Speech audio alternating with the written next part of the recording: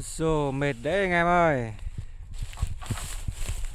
Cái sáng nha làm hết đống này đỡ phải tập thể dục.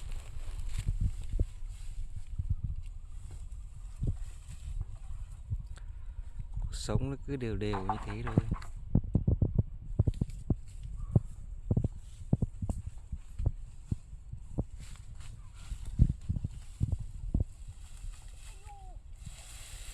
Ngày 200 đấy, làm đi.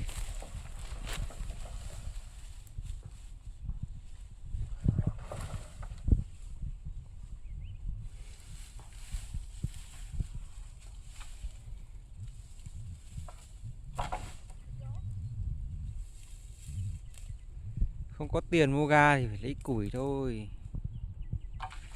Hết tiền mua ga rồi.